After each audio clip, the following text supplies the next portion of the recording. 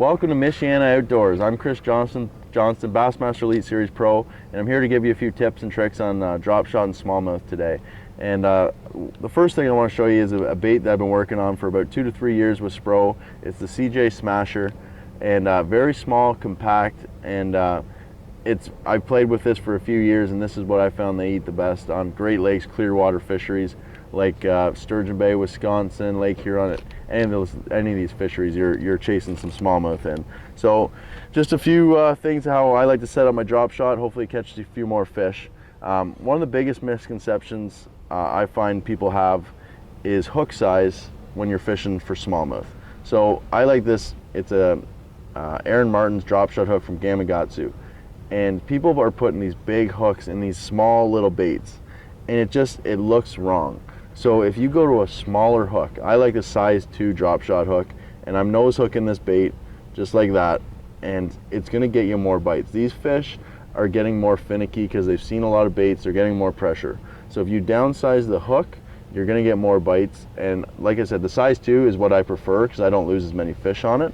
And in saying that, line size is very important now in these clear water fisheries.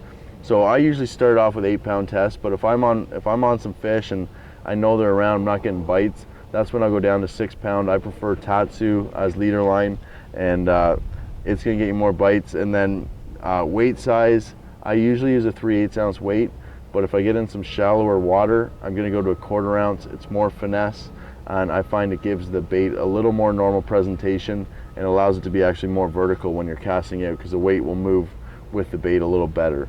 And here's another little trick while I got you here, is everyone knows hooks the bait just like this. Your bait will stand out like that, and it'll stand. This is actually neutral buoyant bait, so when it's sitting there, ideally when you're smallmouth fishing, you don't want to move it much, you just want to shake it, and that bait is literally just going to hover there. It's just going to have a little shake, and that's how you're going to get most of your bites.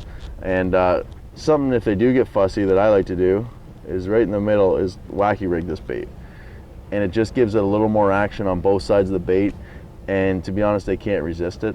So feel free to try some of these tips and tricks. I think it's going to get you a few more smallmouth bites, and hopefully it gets you that 6-pounder.